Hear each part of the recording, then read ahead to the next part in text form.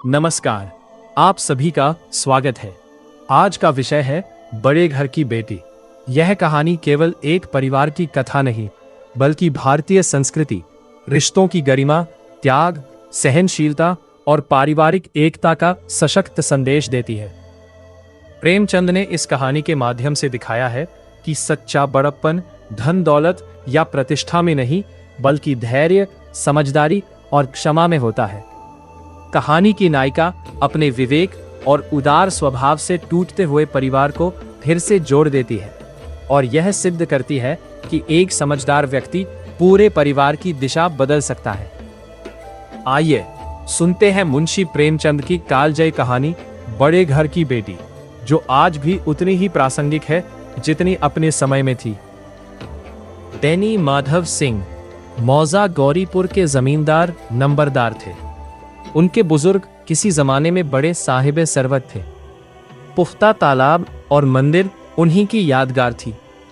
कहते हैं इस दरवाजे पर पहले हाथी झूमता था। उस हाथी का मौजूदा नेम और बदल एक बूढ़ी भैंस थी, जिसके बदन पर गोश्त तो न था, मगर शायद दूध बहुत देती थी, क्योंकि हर वक्त एक न एक आदमी हांडी लिए उसके सर पर सवार रहता था। बेनी माधव सिंह ने निस्फ से जायद जायदाद वकीलों की नजर की और अब उनकी सालाना आमदनी 1000 से जायद ना थी। ठाकुर साहब के 2 बेटे थे। बड़े का नाम श्रीकंठ सिंह था। उसने एक मुद्दते दराज की जानकारी के बाद बीए की डिग्री हासिल की थी और अब एक दफ्तर में नौकर था। छोटा लड़का लाल बिहारी सिंह दोहरे बदन का सजीला जवान था। भरा हुआ चेहरा, चौड़ा सीना, भैंस का 2 सेर ताजा दूध का नाश्ता कर जाता था। श्रीकंठ उससे बिल्कुल मुतजाद थे। इन जाहिरी खूबियों को उन्होंने 2 अंग्रेजी हुरूफ बीए पर कुर्बान कर दिया था। इन्हीं 2 हरफों ने उनके सीने की कुशादगी, कद की बुलंदी, चेहरे की चमक सब हजम कर ली थी। ये हजरत अब अपना वक्त फुर्सत तिब के मुताले में सर्फ करते थे। आयुर्वेदिक दवाओं पर ज्यादा अकीदा था। शाम सवेरे उनके कमरे से अक्सर खरल की खुशगवार पहम सदाएं सुनाई दिया करती थी। लाहौर और कलकत्ता के वैदों से बहुत खतों किताबत रहती थी। श्रीकंठ इस अंग्रेजी डिग्री के बावजूद अंग्रेजी मुआशरत के बहुत मद्दाह नहीं थे, बल्कि इसके बरक्स वो अक्सर बड़ी शद्दोमद से उसकी मजम्मत किया करते थे। इसी वजह से गांव में उनकी बड़ी इज्जत थी। दशहरे के दिनों में वो बड़े जोश से रामलीला में शरीक होते और खुद हर रोज कोई ना कोई रूप भरते। उन्हीं की जात से गौरीपुर में रामलीला का वजूद हुआ। पुराने रस्मों रिवाज का उनसे ज्यादा पुरजोश वकील मुश्किल से होगा। खुसूसन मुश्तरका खानदान के वो जबरदस्त हामी थे। आजकल बहुओं को अपने कुनबे के साथ मिलजुल कर रहने में जो वहशत होती है, उसे वो मुल्क और कौम के लिए फाले बद ख्याल करते थे। यही वजह थी कि गांव की बहुएं उन्हें मकबूलियत की निगाह से न देखती थीं। बाज शरीफ जादियां तो उन्हें अपना दुश्मन समझती। खुद उन्हीं की बीवी उनसे इस मसले पर अक्सर जोर शोर से बहस करती थी, मगर इस वजह से नहीं कि उसे अपने सास ससुरे देवर जेठ से नफरत थी, बल्कि उसका ख्याल था कि अगर गम खाने और तरह देने पर भी कुनबे के साथ निबाह ना हो सके तो आए दिन की तकरार से जिंदगी तल्ख करने के बजाय यही बेहतर है कि अपनी खिचड़ी अलग पकाई जाए। आनंदी एक बड़े ऊंचे खानदान की लड़की थी। उसके बाप एक छोटी सी रियासत के तल्लुकेदार थे। आलीशान महल, एक हाथी, 3 घोड़े, 5 वर्दीपोश सिपाही, फिटन, बहलियां, शिकारी कुत्ते, बाज, बहरी, शिकरे, जर्रे, फर्श फरोश, शीशा आलात, ऑनरेरी मजिस्ट्रेटी और कर्ज जो एक मुअज़्ज़ज़ तल्लुकेदार के लवाजिम है। वो उनसे बहरावर थे। भूप सिंह नाम था। फराख दिल, हौसलामंद आदमी थे, मगर किस्मत की खूबी लड़का एक भी ना था। 7 लड़कियां ही लड़कियां हुई और 7 जिंदा रही। अपने बराबर या ज्यादा ऊंचे खानदान में उनकी शादी करना अपनी रियासत को मिट्टी में मिलाना था। पहले जोश में उन्होंने 3 शादियां दिल खोल कर की, मगर जब 15-20 हजार के मकरूज हो गए तो आंखें खोली, हाथ पैर पीट लिए। आनंदी चौथी लड़की थी, मगर अपनी सब बहनों से ज्यादा हसीन और नेक। इसी वजह से ठाकुर भूप सिंह उसे बहुत प्यार करते थे। हसीन बच्चे को शायद उसके माँ बाप भी ज्यादा प्यार करते हैं। ठाकुर साहब बड़े पस ओ पेश में थे कि इसकी शादी कहाँ करें। न तो यही चाहते थे कि कर्ज का बोझ बढ़े और न यही मंजूर था कि उसे अपने आप को बदकिस्मत समझने का मौका मिले। एक रोज सिरीकंठे उनके पास किसी चंदे के लिए रुपया मांगने आए। शायद नागरी प्रचार का चंदा था। भूप सिंह उनके तौरो तरीक पर रीझ गए। खींच तान कर जायचे मिलाए गए और शादी धूमधाम से हो गई। आनंदी देवी अपने नए घर में आई तो यहाँ का रंग ढंग कुछ और ही देखा।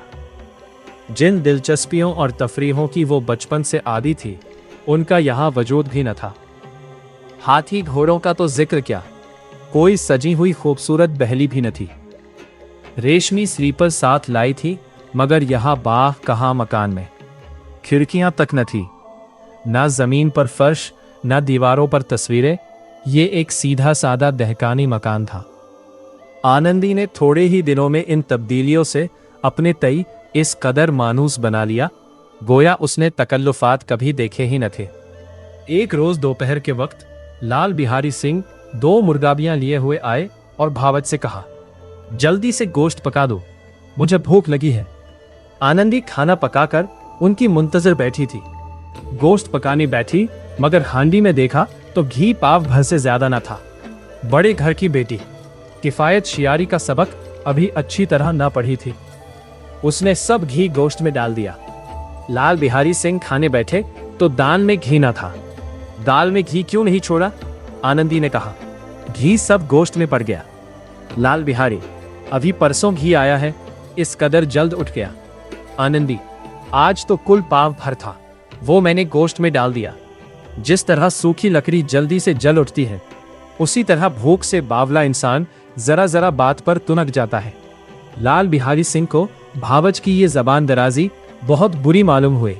तीखा होकर बोला, मैके में तो चाहे घी की नदी बहती हो, औरत गालियां सहती है, मार सहती है, मगर मैके की निंदा उससे नहीं सही जाती। आनंदी मुंह फेर कर बोली, हाथी मरा भी तो 9 लाख का, वहां इतना घी रोज नाय का हार खा जाते हैं। लाल बिहारी जल गया, थाली उठाकर पटक दी और बोला, जी चाहता है कि तालू से जबान खींच ले। आनंदी को भी गुस्सा आ गया, चेहरा सुर्ख हो गया। बोली, वो होते तो आज इसका मजा चखा देते। अब नौजवान उज्जड़ ठाकुर से जब्त ना हो सका। उसकी बीवी एक मामूली जमींदार की बेटी थी। जब जी चाहता था उस पर हाथ साफ कर लिया करता था। खड़ाऊ उठाकर आनंदी की तरफ जोर से फेंकी और बोला, जिसके गुमान पर बोली हो उसे भी देखूंगा और तुम्हें भी। आनंदी ने हाथ से खड़ाऊ रोकी, सर बच गया, मगर उंगली में सख्त चोट आई। गुस्से के मारे हवा के हिलते हुए पत्ते की तरह कांपती हुई अपने कमरे में आकर खड़ी हो गई। औरत का जोर और हौसला, गुरूर और इज्जत शौहर की जात से है। उसे शौहर ही की ताकत और हिम्मत का घमंड होता है। सिरीकंठ सिंह हर शंबा को अपने मकान पर आया करते थे। जुमेरात का ये वाकया था। 2 दिन तक आनंदी ने न कुछ खाया न पिया, उनकी राह देखती रही। आखिर शंबा को हस्बे मामूल शाम के वक्त वो आए और बाहर बैठकर कुछ मुल्की और माली खबरें, कुछ नए मुकद्दमात की तजवीज़ें और फैसले बयान करने लगे और सिलसिला ए तकरीर 10 बजे रात तक जारी रहा। 2-3 घंटे आनंदी ने बेइंतहा इज़्तिराब के आलम में काटे। बारे खाने का वक्त आया, पंचायत उठी। जब तखलिया हुआ तो लाल बिहारी ने कहा, भैया आप जरा घर में समझा दीजिएगा कि जबान संभाल कर बातचीत किया करें, वरना नाहक एक दिन फोन हो जाएगा। बेनी माधव सिंह ने शहादत दी, बहू बेटियों की ये आदत अच्छी नहीं कि मर्दों के मुंह लगे। लाल बिहारी, वो बड़े घर की बेटी है तो हम लोग भी कोई कुर्मी का हार नहीं है। सिरीकंठ, आखिर बात क्या हुई? लाल बिहारी, कुछ भी नहीं, यूं ही आप उलझ पड़ी। मैके के सामने हम लोगों को तो कुछ समझती ही नहीं। सिरीकंठ खा पीकर आनंदी के पास गए। वो भी भरी बैठी थी और ये हजरत भी कुछ तीखे थे। आनंदी ने पूछा, मिजाज तो अच्छा है?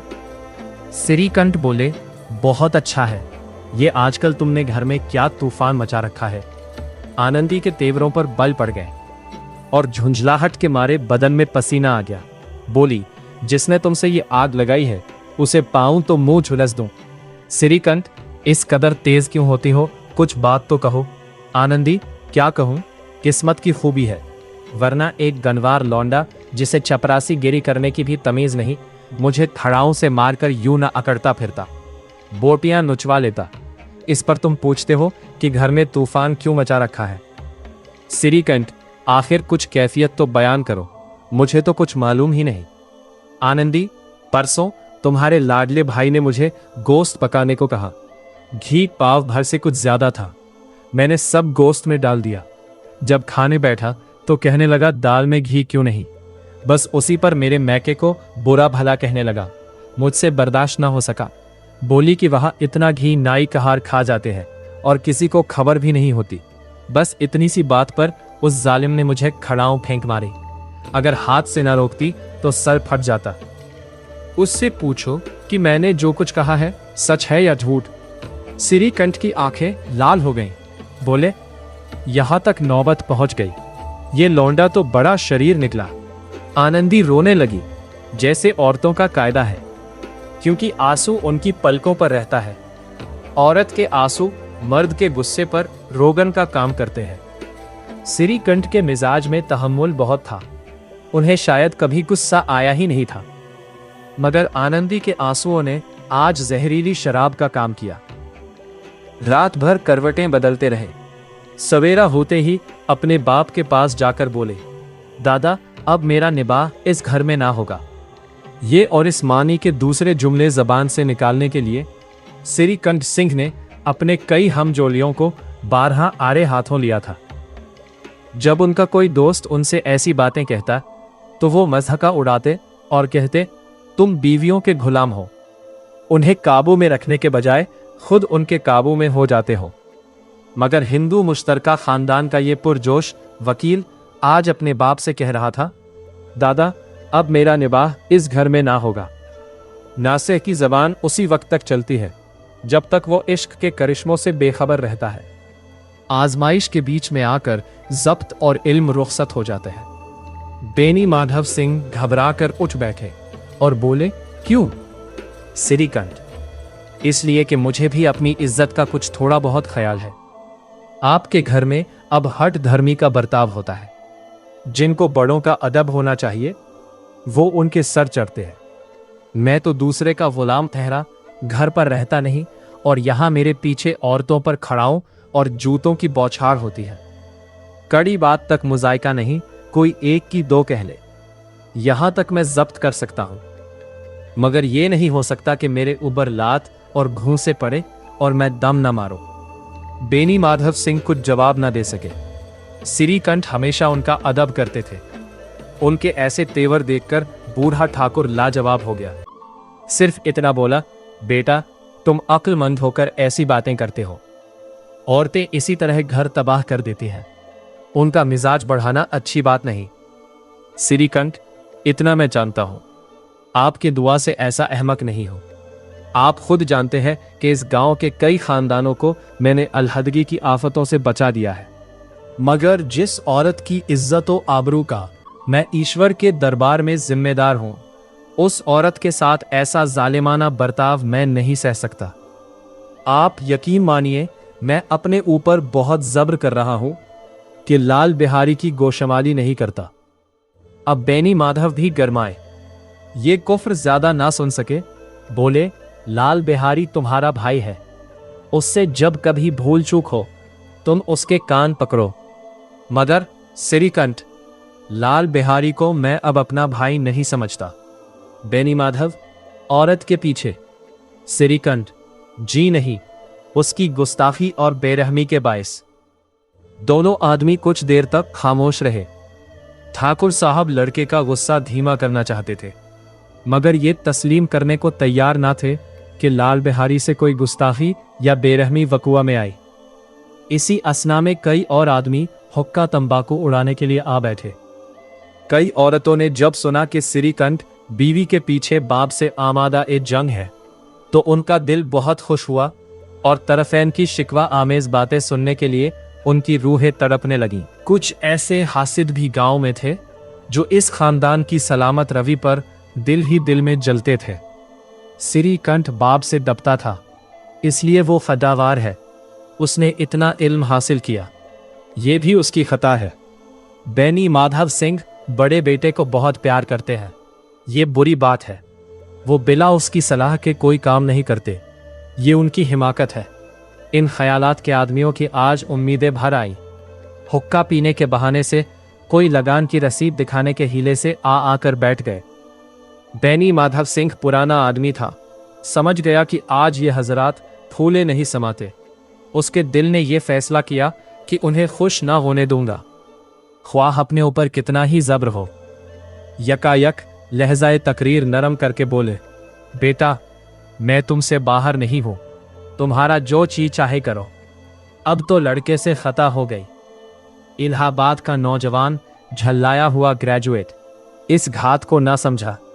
अपने डिबेटिंग क्लब में उसने अपनी बात पर अड़ने की आदत सीखी थी, मगर अमली मुबाहिसों के दांव पेच से वाकिफ ना था। इस मैदान में वो बिल्कुल अनाड़ी निकला। बाप ने जिस मतलब से पहलू बदला था, वहां तक उसकी निगाह ना पहुंची। बोला, मैं लाल बिहारी सिंह के साथ अब इस घर में नहीं रह सकता। बाप, बेटा, तुम अक्लमंद हो और अक्लमंद आदमी गमवारों की बात पर ध्यान नहीं देता। वो बेसमझ लड़का है, उससे जो कुछ फुता हुई है उसे तुम बड़े होकर मुआफ कर दो। बेटा, उसकी ये हरकत मैं हरगिज मुआफ नहीं कर सकता। या तो वही घर में रहेगा या मैं ही रहूंगा। आपको अगर उससे ज्यादा मोहब्बत है तो मुझे रुख्सत कीजिए, मैं अपना बोझ आप उठा लूंगा। अगर मुझे रखना चाहते हो तो उससे कहिए जहां चाहे चला जाए, बस ये मेरा आखिरी फैसला है।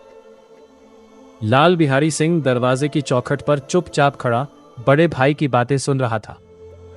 वो उनका बहुत अदब करता था। उसे कभी इतनी जरूरत न हुई थी कि सिरीकंठ के सामने चारपाई पर बैठ जाए या हुक्का पी ले या पान खा ले। अपने बाप का भी इतना पास और लिहाज न करता था। सिरीकंठ को भी उससे दिली मोहब्बत थी। अपने होश में उन्होंने कभी उसे घुरका तक न था। जब इलाहाबाद से आते तो जरूर उसके लिए कोई ना कोई तोहफा लाते।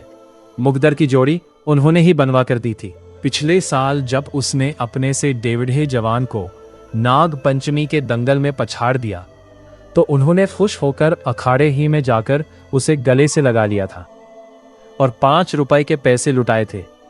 ऐसे भाई के मुंह से आज ऐसी जिगरदोज बातें सुनकर लाल बिहारी सिंह को बड़ा मलाल हुआ। उसे जरा भी गुस्सा ना आया। वो फूटकर रोने लगा। इसमें कोई शक नहीं कि वो अपने फैल पर आप नादिम था।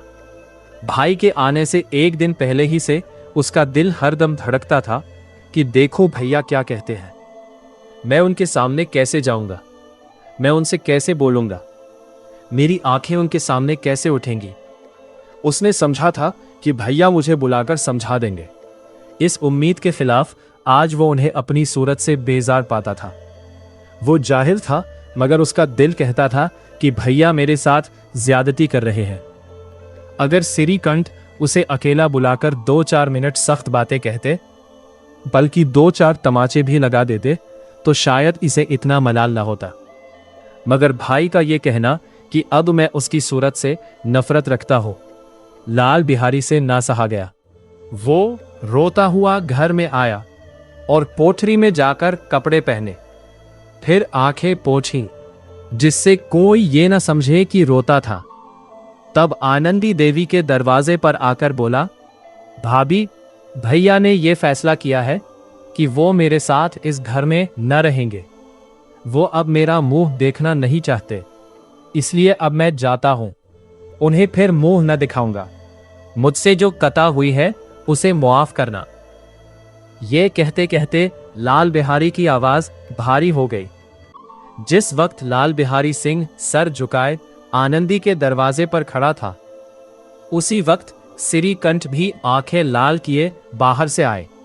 भाई को खड़ा देखा तो नफरत से आंखें फेर ली और कतरा कर निकल गए, गोया उसके साये से भी परहेज है। आनंदी ने लाल बिहारी सिंह की शिकायत तो शौहर से की, मगर अब दिल में पछता रही थी। वो तबन नेक औरत थी और उसके ख्याल में भी न था कि ये मामला इस कदर तूल खींचेगा। वो दिल ही दिल में अपने शौहर के ऊपर झुंझला रही थी कि इस कदर गर्म क्यों हो रहे हैं। ये खौफ कि कहीं मुझे इलाहाबाद चलने को ना कहने लगे तो फिर मैं क्या करूंगी। उसके चेहरे को जर्द किए हुए थे।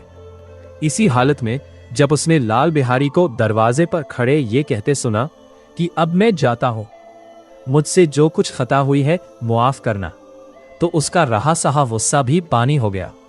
वो रोने लगी। दिलों का मैल धोने के लिए आंसू से ज्यादा कारगर कोई चीज नहीं है। सिरीकंठ को देखकर आनंदी ने कहा, लाला बाहर खड़े हैं, बहुत रो रहे हैं। सिरीकंठ, तो मैं क्या करूं? आनंदी, अंदर बुला लो। मेरी जबान को आग लगे, मैंने कहां से वो झगड़ा उठाया। सिरीकंठ, मैं नहीं बुलाने का। आनंदी, पछताओगे, उन्हें बहुत ग्लानि आ गई है, ऐसा ना हो कहीं चल दे। सिरीकंठ ना उठे। इतने में लाल बिहारी ने फिर कहा, भाभी, भैया से मेरा सलाम कह दो, वो मेरा मुंह नहीं देखना चाहते, इसलिए मैं भी अपना मुंह उन्हें न दिखाऊंगा। लाल बिहारी सिंह इतना कहकर लौट पड़ा और तेजी से बाहर के दरवाजे की तरफ जाने लगा। यकायक आनंदी अपने कमरे से निकली और उसका हाथ पकड़ लिया। लाल बिहारी ने पीछे की तरफ ताका और आंखों में आंसू भरकर बोला, मुझको जाने दो। आनंदी, कहाँ जाते हो?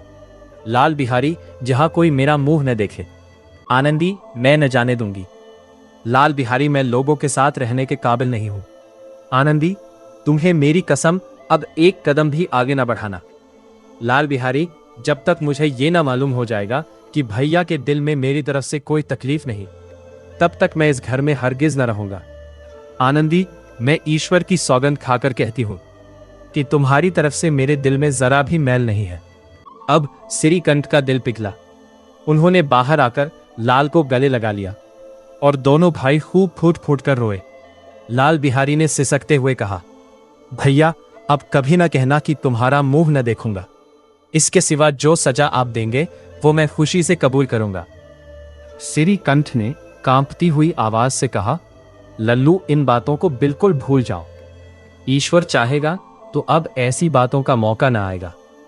बेनी माधव सिंह बाहर से ये देख रहे थे। दोनों भाइयों को गले मिलते देखकर खुश हो गए और बोल उठे, बड़े घर की बेटियां ऐसी ही होती हैं, बिगड़ता हुआ काम बना लेती है। गांव में जिसने ये वाकया सुना, इन अल्फाज में आनंदी की फैयाजी की दाद दी, बड़े घर की बेटियां ऐसी ही होती हैं। यदि आपको यह ऑडियो पसंद आया हो तो इसे लाइक करें, अपने मित्रों के साथ साझा करें और हिंदी साहित्य तथा भारतीय इतिहास से जुड़े ऐसे ही रोचक ऑडियो के लिए हमारे चैनल को सब्सक्राइब करना न भूलें।